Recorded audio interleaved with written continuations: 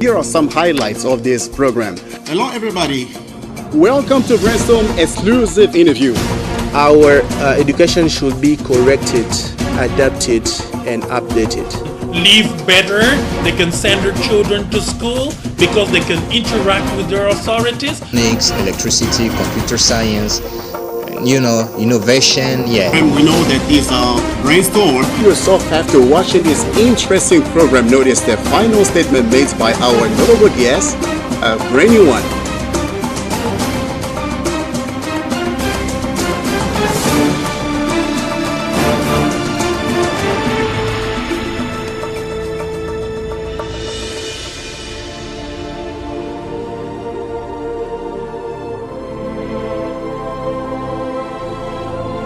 Welcome to Brainstorm Show.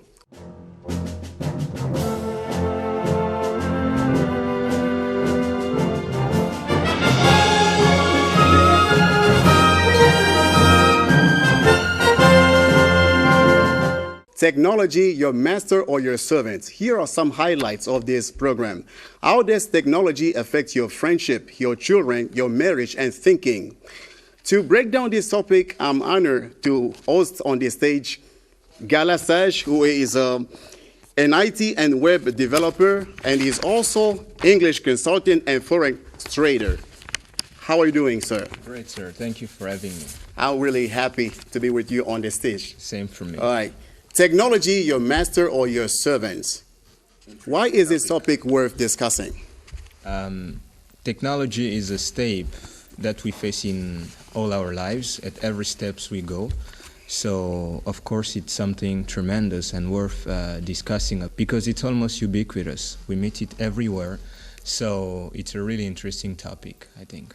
Okay, technology, your master, your servant. Which option should be lifted, master or servant?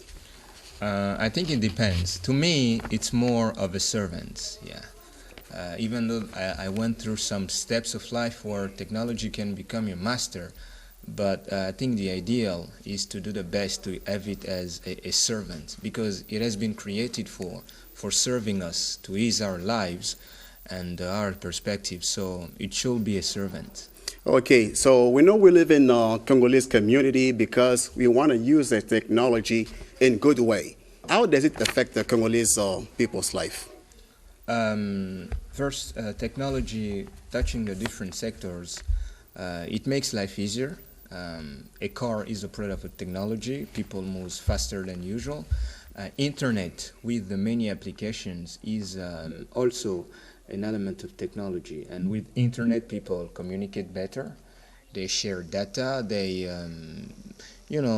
keep in touch with their loved ones. So in that sense, it is something that helps. It also helps to provide information and data. Okay. When people get connected, search things online. So these are more than helpful. Okay, from this insight, understand that technology is really a servant when people make good use of it and make things work well. What are some kind of applications that should be used in public administration to make things move forward? First, we should have some useful applications for management, for accountancy, and for effective data track records. For example, we already have office automation softwares like Word, Excel, very useful, and we also have utility programs that helps for helping your printer to print a document or maybe be connected over a network. These are already fine. But I think as computers, technology is there to solve problems. I think at some steps, it's to the companies to make, for example, a given need, and then with the use of technology and computer science, some specific programs can be designed for their specific needs. But so far, there are so many other programs available out there, and that helps in those circumstances. For accountancy, tracking, for example, and assuring traceability of funds, of finance, of the payment, and connecting or maybe connecting different civil servants to track them better, where they live, and also effective programs for data, keeping record on the citizens, who is ready to retire, who shall be promoted, where does he live, and so on. Okay, that's mostly a technical aspect you try just to bring up. And I know that there are also social aspects you could also mention. And what about some other areas when it comes to the use of technology? Let's mention friendship. How does it affect friendship when people specifically use a social network? Because this is part of technology as well. Yeah, it's part of technology, mainly in the internet aspect, because all those social networks have been able to come to life thanks to the internet. Well, again, as I said, it's a double sword. Yeah, it's like a knife with double sword. First, when people can keep in touch, okay, when you have your loved friends who is miles away from you in another country, and if you are able to stay in touch with that person, in that regards, technology is really helping you. Because I don't know if you remember in the former times when people used to write letters, and you send, it takes years. Today with technology, you receive messages in a second. So that's a big advantage. Also sharing data. Yeah.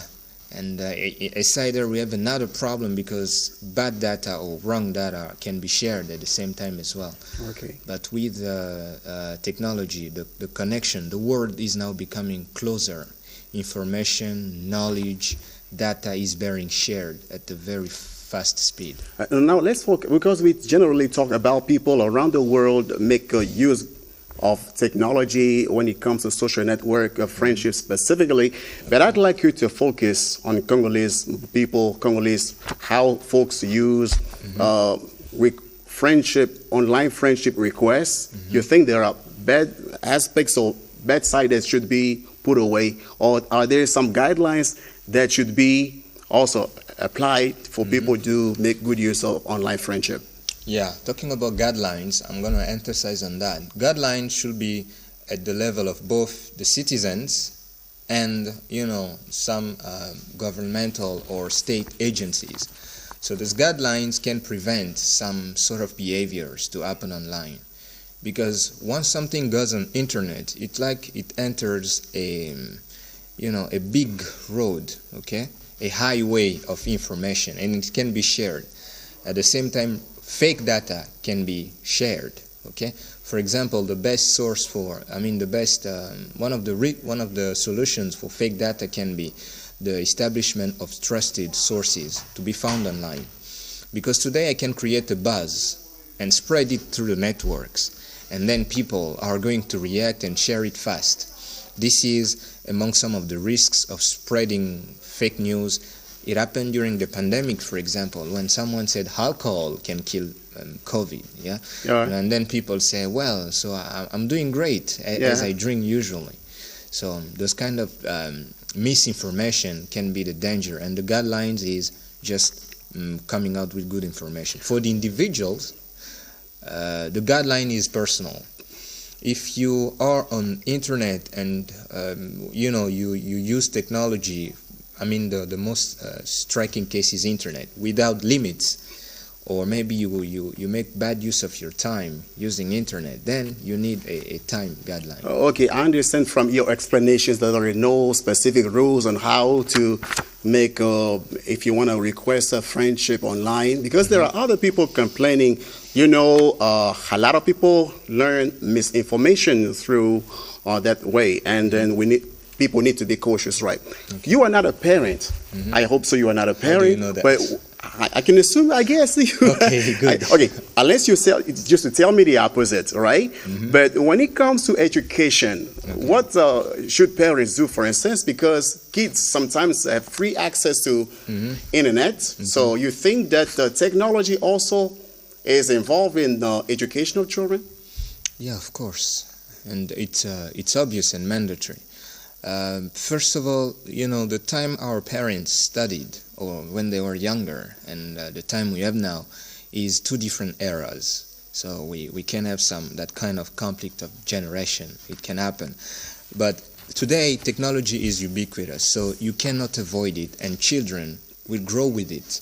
So they might not have it at home, they can find it at school or anywhere else. So there is a very urgent need to develop awareness from the parent and to guide them on this is something to use and this is something not to use. Okay? Because I know parents sometimes have trouble to control their children because generation gap, they've never, they were still young, they could not know any technology devices just to use, but now it's very tough for parents to control their children when it comes to technology, education, and so on. Yeah. You said it right, okay? You wanted just to make a comment? Okay.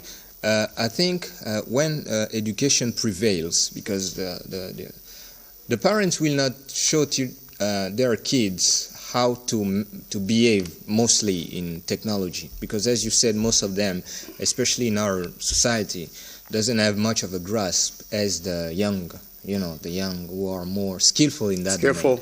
But I think when education is received in terms of restriction, where to go, where not to go, then it can help. I say it can help. What to do and what not to do. Yes, I didn't say it will help, because it's quite difficult for, to have a total control over that. Even though today we have some applications which we call for parenting control, that in French we call it contrôle parental, which can help the kids and the parents to keep an eye, to monitor the activities of their children over internet. And I think that's the best solution, because when the children is out with his phone, with his cell phone, which is a necessity, so as a parent you can know what he's doing. I think parents are watching you and they can also get a part of it, right? Just to take a good part, how to know how to do their job properly in order to help their children benefit proper education. Now let's move to family life. Right? I mean, husband and a wife. Yes. So you think that technology sometimes can help strengthen marriage bonds or break marriage bonds, because we've noticed that consequences due to the misuse of technology. You think that technology can help marriage be strengthened or bring husband and wife closer? Absolutely, yes. It can bring them closer or, set them away. Technology, at first, if I have to say something about it, it's a broader term, okay? And your question relates more to internet. Yes. Internet, technology social network, and so how people communicate. In application to internet. Right. Yes. So if we have to talk to technology in application to internet, and most obviously social networks, in a marriage, yes. For example, a couple, okay, one man, the man or the woman is away, technology helps them communicate, right? And sometimes tell lies. Yeah, communicate visually, and better. But on the other side, over the internet, you have, for example, those websites for, meetings, okay? Or maybe dating websites where a man can stumble upon that. But even in that instance, I don't think it's the fault of technology. Yeah, it's the fault of the human. But remember, we talk about technology as a master or a servant. Yeah. Good we use in a good way, it helps, and in a bad way, it breaks, it destroys, so and so on. Yeah, it's up to the human himself to make the choice, because technology is just an instrument. Okay. If you are unfaithful, it will make you just 3 times unfaithful. Okay, that's right. You say correctly. I really appreciate that. But now, as an IT, I know that you know more about technology. Let's talk about scientific research, learning, using technology. What are some advantages and some disadvantages? Well, learning through technology, I don't think there are some disadvantages. Maybe that some false information can spread faster than before. But let me take a relevant example. During the COVID period, we saw how technology was important. People started doing what we call remote work, so working from your house, but you are productive. But because of a major force, a stringent measure constraining you to stay at home, you could still work thanks to technology. And students in some stable countries could still have access to education, follow their teachers while being at home. So the technology at that moment was very, very important. Imagine people constrained at their houses, and thanks to technology, they could still be in touch with their loved ones. So with education, technology is obvious. And technology, I would say, is also a product of education. All right. You quite well aware of that about some parts of the Congolese universities in Kinshasa, I don't know, throughout the nation, the benefit a free internet connection. And some students are having that access. So what you can say, do they, in terms of scientific research, make good use of technology, or they most focus on social network, having friends and chatting and so on? Do you have any comments on that? Yeah, chatting is more of a temptation because people like leisure, rather than doing research, because this free internet connection is provided them at universities. Yeah, normally it's provided, but and I'm sure every responsible student will make the necessary research. But on the fact, nothing will prevent them from checking through their friends and say, hello, how are you doing? Maybe launch a chat.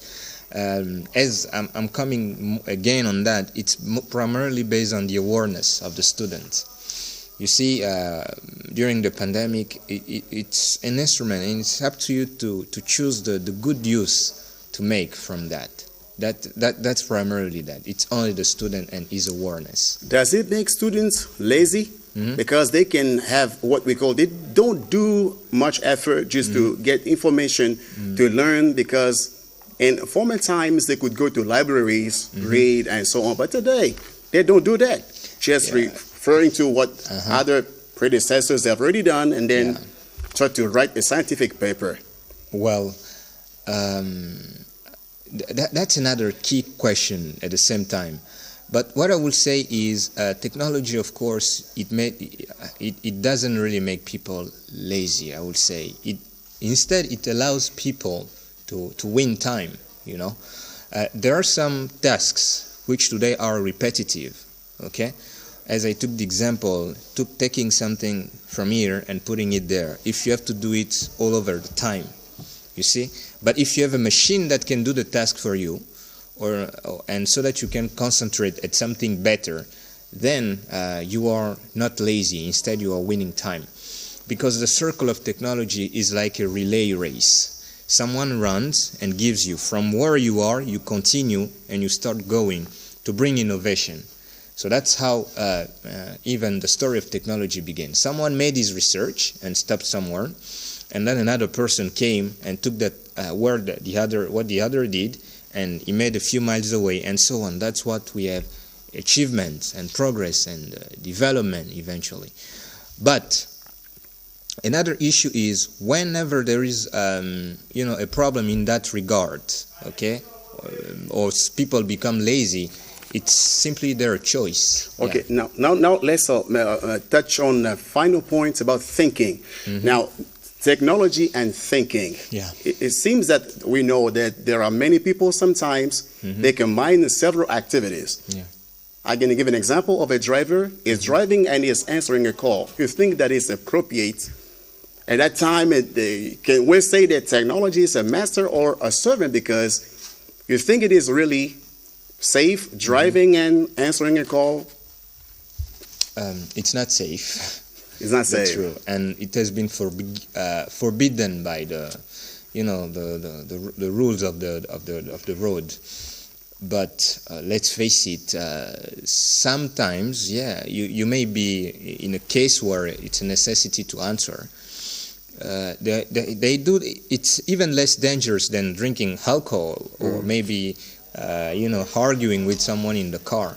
You can still answer your phone and have the minimum level of concentration to drive, but it's still risky, and it is quite forbidden in that instance. Now, technology, your master or your servant. What can you tell the folks about how can they make a technology a master rather than a servant rather than a master? Your last word. Okay. If technology is just a tool, right? There is no need to, to make it like an angel or a devil.